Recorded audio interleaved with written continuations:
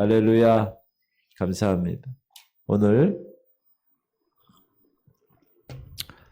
라이프스타일 세 가지 우리 24장 잠언 읽어볼게요. 1절부터 12절.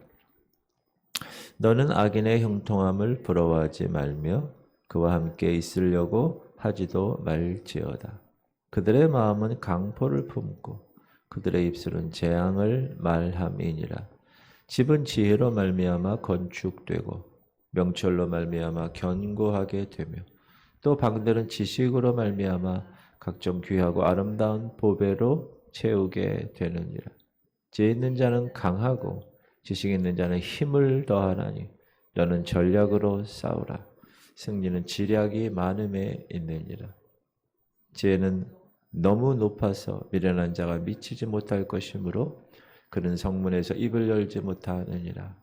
악행하기를 꾀하는 자를 일컬어 사악한 자라 하느니라. 미련한 자의 생각은 죄요 거만한 자는 사람에게 미움을 받느니라.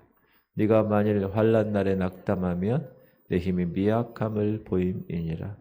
너는 사망으로 끌려가는 자를 건져주며 살육을 당하게 된 자를 구원하지 아니하려고 하지 말라. 네가 말하기를 나는 그것을 알지 못하였노라 할지라도 마음을 저울질하시는 이가 어찌 통찰하지 못하게 하시며 내 영혼을 지키시는 이가 어찌 알지 못하시겠느냐. 그가 각 사람의 행위대로 보응하시느니라. 아멘. 사람은 다 라이프 스타일이 있습니다. 생활 양식, 패턴, 어떤 가문의 어떤 집안의 삶의 모습이 있어요. 그렇죠? 크리스찬도 마찬가지. 그리스도인이라는 것은 세상에서부터 하나님이 선택해서 이렇게 부름받은 사람들입니다. 맞습니까? 그러면 생활 양식이 세상 사람들과 동일할 수가 없는 것입니다. 성경에서는 우리에게 계속적으로 새로워져라. 옛사람을 버려라. 너희는 유혹의 욕심을 따라 썩어져가는 구습을 따르는 옛사람을 벗어버리고 오직 너희의 심령이 새롭게 되어 하나님을 따라 의와 진리의 거룩함으로 지으심을 받은 새 사람을 입으라. 계속 말씀하시고 그런즉 누구든지 그리스도 안에 있으면 새로운 피조물이라. 이전 것은 지나갔으니 보라 새 옷이 되었도다. 이 말씀은 우리가 죄와 사망의 법에서 생명의 성령의 법으로 자리를 옮겼다면 우리의 생활이 새로워져야 된다. 우리의 라이프 스타일이 새롭게 변화받아야 되는 것을 말해주고 있습니다. 그래서 오늘 세 가지 하나님의 백성으로서 어떻게 새로운 생활 철학, 라이프 스타일을, 생활 양식을 가지고 살아갈 것인가 오늘 본문을 통하여 한번 공부해 보도록 하겠습니다. 첫 번째 라이프 스타일은 악인의 형통을 부러워하지 않는 것.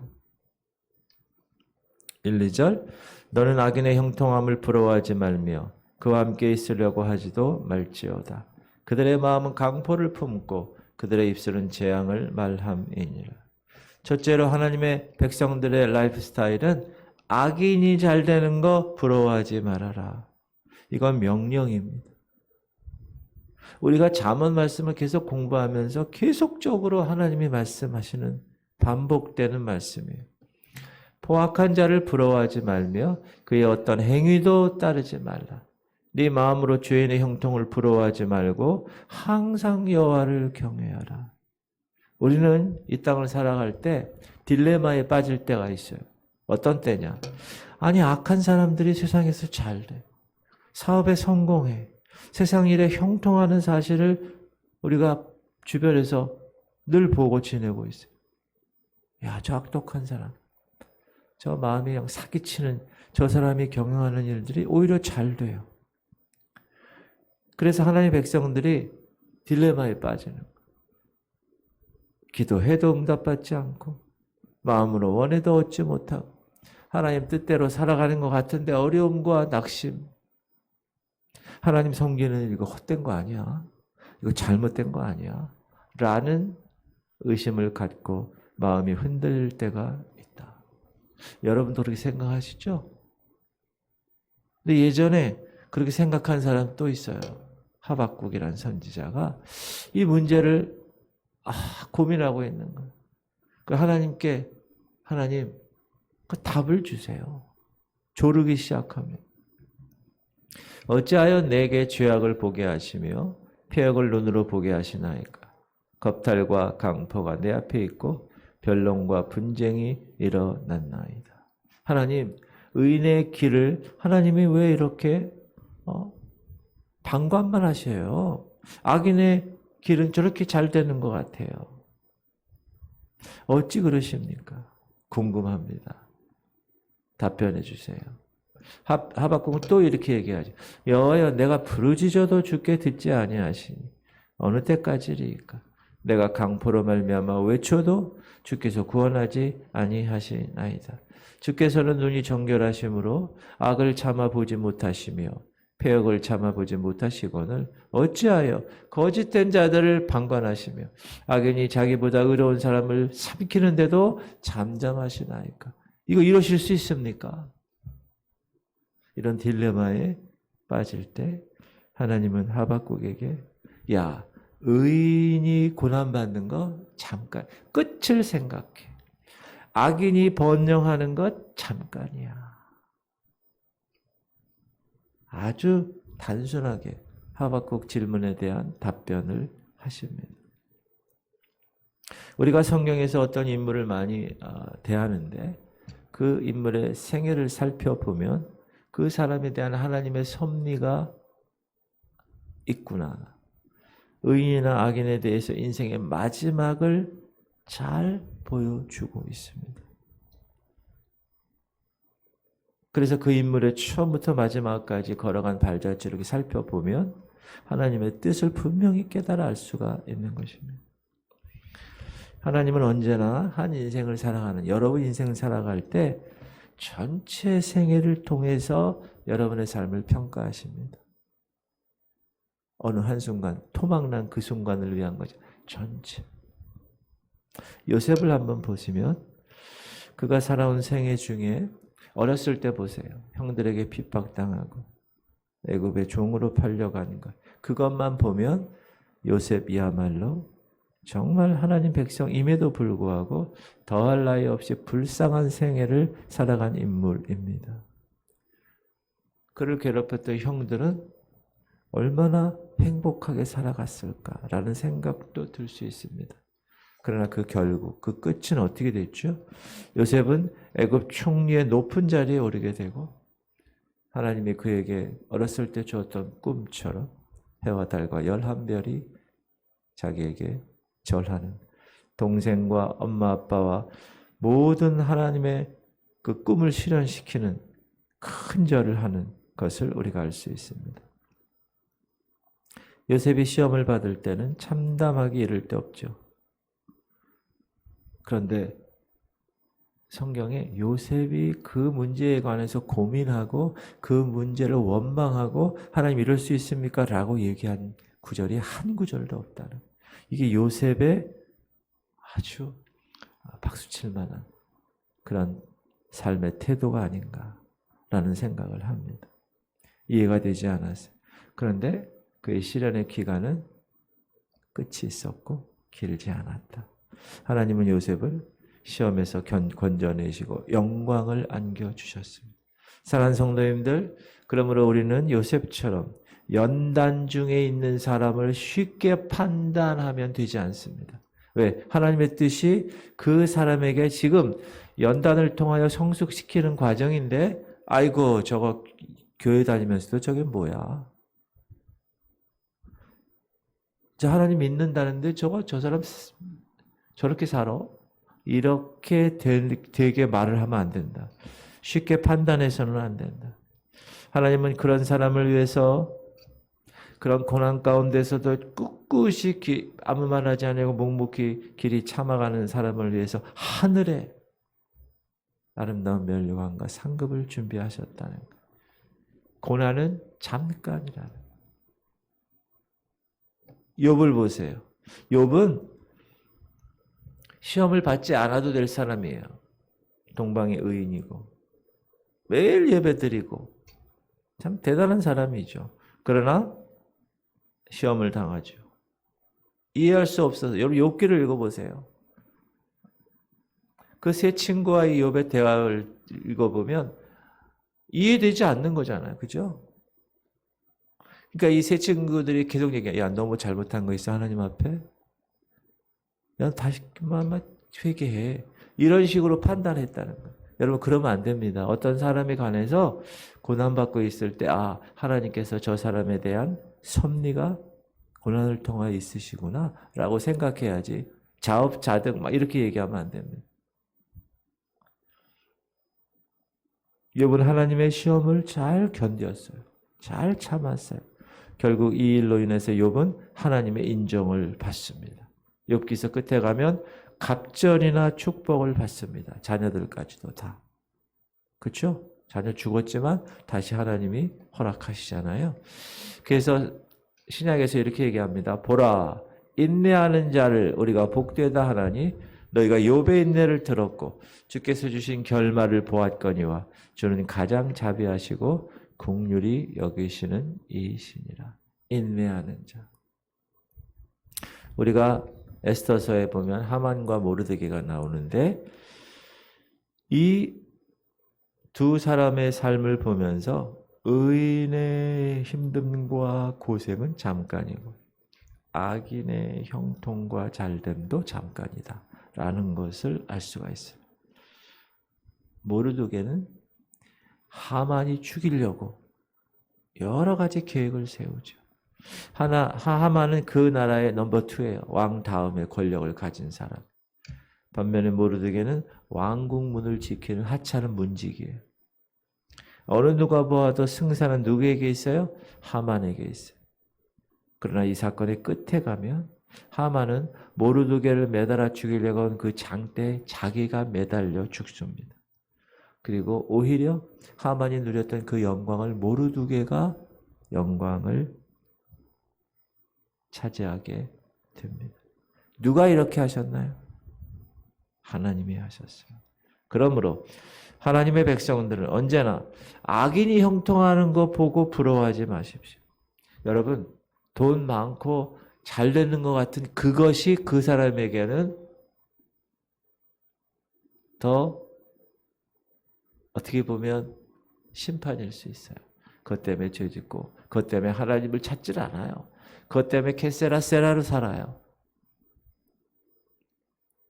하나님의 백성들은 자기가 아무리 어려운 처지에서 고난당한 삶을 살아도 소망 가운데 하나님 바라보고 믿음으로 살아갈 수 있어야 합니다. 할렐루야. 여러분 그런 삶의 주인공 되시기 바랍니다. 그런 라이프 스타일을 사시는 거예요. 뭐라고요? 악인의 형통 부러워하지 않는 삶. 두 번째, 지혜로 살아갈 수 있는 라이프 스타일. 하나님 백성들은 지혜로 살아갈 것을 오늘 본문은 얘기하는데 5절 지혜 있는 자는 강하고 지식 있는 자는 힘을 더하나니 너는 전략으로 싸우라. 승리는 지략이 많음에 있느니라. 누가 강한 자냐? 지혜 있는 자가. 누가 힘이 있는 자라고요? 지식이 있는 자가. 그러므로 하나님은 지혜와 지식으로 무장한 백성들, 저와 여러분은 그 지혜와 지식으로 이 세상을 살아가는 백성들 되어야 될 것입니다. 3절에 보면 우리의 삶을 집으로 비유하는데 어떻게 자기 인생의 집을 건축할 것인가에 대해서 말씀하고 있어요. 3절, 집은 지혜로 말미암아 건축되고 명철로 말미암아 견고하게 되며 또 방들은 지식으로 말미암아 각종 귀하고 아름다운 보배로 채우게 되느니라. 여러분의 삶의 집 뭐로 채우라고요? 지혜로, 명철로. 왜? 그렇게 건축되고 그렇게 견고히 돼야 아름답고 귀한 보배가 채워지기 때문에. 그래서 그리스도의 인격은 지혜로 건축돼야 합니다. 여기서 지혜가 뭘까요? 하나님을 경외하는 도리, 하나님의 말씀을 의미합니다. 하나님의 말씀으로 여러분의 삶을 세워 나가야 된다.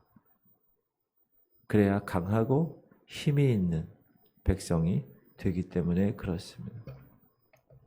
지혜로운 사람은 자기 인생의 장래를 보며 살아갑니다. 그러나 미련한 사람은 현재 일에만 마음을 씁니다. 지혜로운 인생은 소망을 바라보고 살아갑니다. 그러나 미련한 인생은 지금 자기 앞에 보이는 육신적인 일만 생각하며 살아갑니다. 그러면 왜 지혜 얻는 자가 장래가 있고 그 삶의 소망이 끊이지 아니할까? 하나님의 말씀은 우리에게 약속을 주시기 때문에 그래요. 근데 그 약속은 뭐죠? 현재가 아니라 장래에 속한 겁니다. 약속은. 구원에 관한 약속, 천국에 관한 약속, 하나님께로부터 오는 축복의 약속. 이건 다 소망에 관한 것입니다.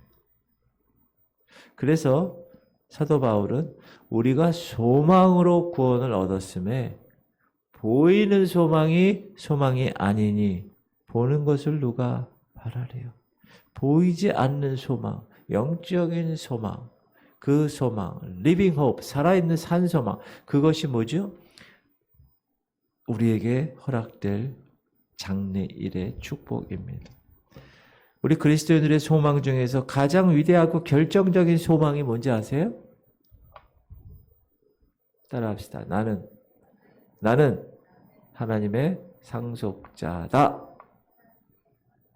그게 가장 큰 소망이에요. 자녀이면 또한 상속자, 곧 하나님의 상속자요. 그리스도와 함께 한 상속자니 우리가 그와 함께 영광을 받기 위하여 고난도 함께 받아야 할 것이니라. 생각하건대 현재의 고난은 장차 우리에게 나타날 영광과 비교할 수 없다. 장차 우리에게 나타날 영광은 말할 수 없는 것입니다. 이 소망이 바로 어디에서 나온다고요? 지혜에서 나온다. 지혜. 예수 그리스도는 하나님의 지혜라고 성경은 이야기하고 있죠. 오직 부르심을 받는 자들에게는 유대인이나 헬라인이나 그리스도는 하나님의 능력이요 하나님의 지혜니라. 예수 그리스도. 그래서 하나님은 하나님 백성들이 예수 그리스도로 살아가기로, 그 지혜로 그 인격을, 그 집을, 영적인 삶을, 라이프 스타일을 살아 누리게끔 하고 계시는 것입니다. 이 지혜로, 이 예수 그리스도로 내 인생을 꾸려나가는 거예요. 내 인생의 삶의 방향을 설정하는 거예요. 그리고 가는 거예요. 그럼 이 지혜는 어떻게 얻습니까? 이 지혜, 내 아들아 너는 듣고 지혜를 얻어 내 마음을 바른 길로 인도. 따라합시다. 듣고 지혜를 얻는 거예요. 하나님의 말씀을 듣는 사람이 지혜를 얻는 사람. 이 새벽부터 나와서 하나님의 말씀을 듣는 사람이 지혜로운 사람. 하나님께 가까이 가는 사람, 그의 말씀을 듣는 사람이 지혜를 얻는 사람이에요. 훈계를 들어서 지혜를 얻으라. 그것을 버리지 말라. 훈계가 뭐예요? 경계의 말씀, 경고의 말씀. 사람은요, 달콤한 소리, 칭찬하는 소리, 잘됐다고 박수치는 소리만 솔깃합니다. 책망하는 말씀, 훈계의 말씀 싫어합니다. 하나님의 말씀도 경계와 책망과 심판을 외칠 때는 모두 외면합니다. 평안과 축복과 형통을 외칠 때는 가까이 해요, 사람들이. 교회 다니고 신앙생활 하는 게 잘 먹고 잘 살고 만사 형통하는 것이, 그건 여러분 일반 종교예요. 그건 종교. 이 신앙, 우리 기독교 신앙 그런 신앙이 아닙니다. 기독교 신앙에 잘 먹고 잘 살고 이런 말씀 없어요. 오히려 너희들이 하나님의 백성이기 때문에 세상으로부터 미움을 받게 되고 힘들고 시험, 환난 이런 게 많을 것이다 라고 얘기하는 거예요. 그러므로 내 죄를 지적하고 내 삶을 책망하고 강단에서 나오는 말씀을 통하여 내 마음이 찔리고 내 라이프 스타일을 다시 한번 점검하는 것, 그건 얼마나 귀한 것이. 그게 복 있는 사람이에요. 돈 많아서 집에 골드바 내가 몇 개 있어, 금 거북이, 금 열쇠, 여러분 그게 복이 아니에요. 내 마음을 찌르는 경계의 말씀을 가지고 주님, 다시 한번 점검하는 신앙을, 그 사람이 참 지혜를 얻은 사람입니다. 그러므로 우리의 삶에 장래가 있으려면, 미래가 있으려면 지혜를 얻어야 합니다. 지금 모든 사람들이 다 찰나주의적인 라이프 스타일을 살고 있어요. 현세적인 라이프 스타일. 지혜고 지식이고 아무 유익이 없어요, 그들에게는. 왜? 지금 여기서 사는 게 끝이니까. 다가올 세계가 없어요. 내 세가 없어요. 그러나 내 인생의 장래를 바라보고 내 인생의 소망을 바라보는 사람은 하나님의 지혜 얻기를 게을리하지 않아요. 매일 성경 읽고 그 말씀, 그 지혜를 얻어서 내가 이 땅에서 어떻게 살아가야 될 것인가를 살아가는 거예요. 할렐루야. 하나님 백성의 라이프 스타일 두 번째가 뭐라고요? 지혜로 살아가는 지혜로. 참 지혜 예수 그리스도. 그분이 길이요 진리라고 그랬어요. 그 진리이신 예수 그리스도, 생명이신 예수 그리스도 안에서 살아가시는 사람 되시기 바랍니다. 세 번째 라이프 스타일은 뭐냐? 환난 날에 낙담하지 않는 것. 오늘 본문 10절에 보면 네가 만일 환난 날에 낙담하면 네 힘이 미약함을 보임이니라. 낙심하는 사람이 있어요. 환경 바라보고. 그러나 어떤 역경 속에서도 어떤 어려움 속에서도 낙담하지 말아야 합니다. 왜냐하면 여러분 지금 당하고 있는 이 모든 일이 아직도 하나의 결실로 확정된 것이 아니에요. 하나님의 뜻을 이루는 하나의 과정이에요. 그러므로 그 과정을 어떻게 해야 됩니까? 이겨내야 되지. 낙심하고 앉아서 아이고 내 팔자야 그러면 되지 않는다는 거예요. 그 환난 날에 어떻게 해야 돼요? 환난 날에 나를 부르라. 내가 너를 건지리니 네가 나를 영화롭게 하리로다. 분명히 하나님 약속하셨어요. 환난 날에 부르짖는 거예요. 그러면 어떻게 하신다고요? 건지신다는 거예요. 그래서 영화롭게 하는 거예요. 야, 하나님 영광 받으시옵소서. 어쩐 일이 이런 일이 일어날 수 있습니까? 영광 돌리는. 그러므로 그리스도인들이 당하는 환난으로 끝나는 것이 아니기 때문에 그리스도인의 환난은 소망이 있는 환난이에요. 세상 사람들은 낙담해야 할 환난이에요. 세상 사람들 환난 당하면 어떻게 돼요? 그냥 맨날 술만 먹고 욕하고 세상이 자기 마음대로 안 된다는 거예요. 열받아가지고 그냥 막 그게 낙담해야 할 환난이에요. 그들에게. 그러나 우리에게 소망의 환난. 여러분 이 말은 귀한 말이에요. 환난인데 소망이 있는 환난. 이겨내야 되는 거예요. 하나님은 우리 환난을 통해서 우리를 영화롭게 해주시다가 약속하셨습니다. 그러므로 그리스도인들이 받는 환난은 값진 소망이 깃들어 있는 거예요. 성경에 나오는 믿음의 선배들 보세요. 다 환난 중에서 하나님을 만나고 환난 중에서 하나님의 구원의 약속을 받은 사람. 자기가 받는 환난에서 하나님의 이적을 체험한 사람. 환난 중에서 하나님의 능력을 맛본 사람이에요. 환난 중에서 하나님의 축복을 받는. 그러므로 하나님의 백성들은 결코 환난을 두려워해서는 안 된다. 하나님 백성들은 환난 당할 때 오히려 담대하고 소망을 가지고 승리할 수 있는 기회로 삼아가는 것. 그것이 하나님이 오늘 여러분에게 말씀하시는 거룩한 말씀입니다. 사랑하는 성도님들, 여러분은 악인의 형통함을 보고 부러워하지 마시기 바랍니다. 그리고 하나님의 지혜의 귀를 기울이세요.